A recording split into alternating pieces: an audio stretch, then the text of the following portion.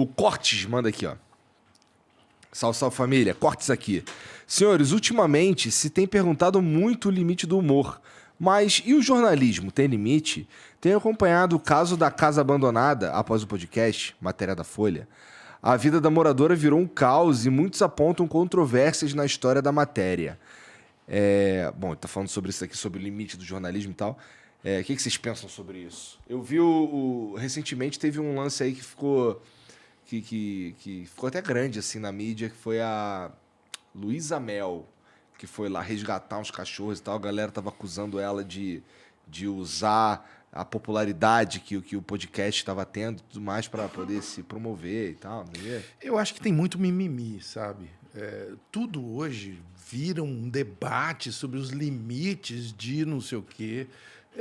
Precisamos sair um pouco dessa coisa mimizenta, você não acha? Eu concordo. Sabe, você 100%. pode criticar o podcast, A Casa Abandonada. Esse podcast, não gosto, não gosto. Mas, porra, dá algum argumento, entendeu? Não vem com esse papinho de limite, não. E aí, assim, a vida segue. Você não gostou dessa história? Conte ela melhor, né? Você não gostou do documentário do Landel? Faça outro. Você não gostou desse podcast? Crie um podcast. Ou então, diga por que você não gostou. Mesmo porque notícia é notícia, né? Não existe notícia ruim, não existe notícia boa, né?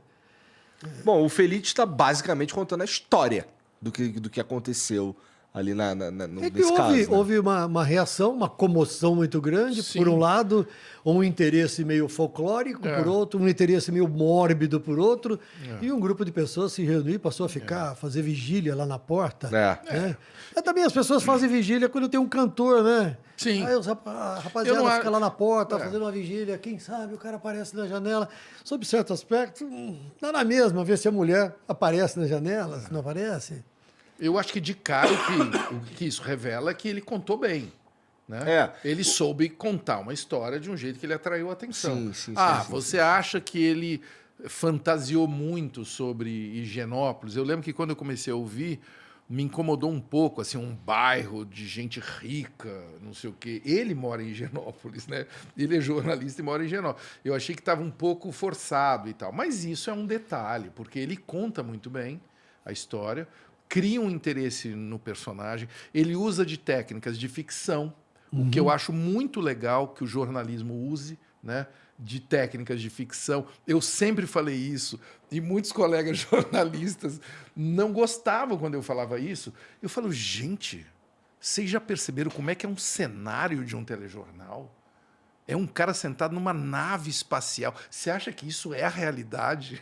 O cara parece que está no Star Trek, você entendeu? E quer me falar, não, é tudo realidade. Não é. Então, as técnicas de ficção não desmerecem a acuidade da história que você está contando. E a característica ali, por ser um podcast, permitia que se criasse um clima, que se usasse um tempo maior. Você não vai ouvir, não vai usar uma técnica de ficção, de maneira geral, no noticiário que você tem um minuto para falar, 1 minuto e meio para contar uma série de informações relevantes. Né? Mas no podcast... Eu acho até legal a Folha fazer isso. Eu acho legal até reconhecer isso. Porra, a Folha ficou muito tempo presa ao jornal impresso.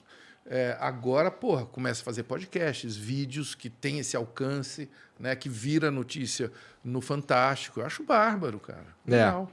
O gênero True Crime tá em alta pra caralho. Tá em alta nas plataformas de streaming, claro. Sim. Mas se virar fórmula, o que vai acontecer?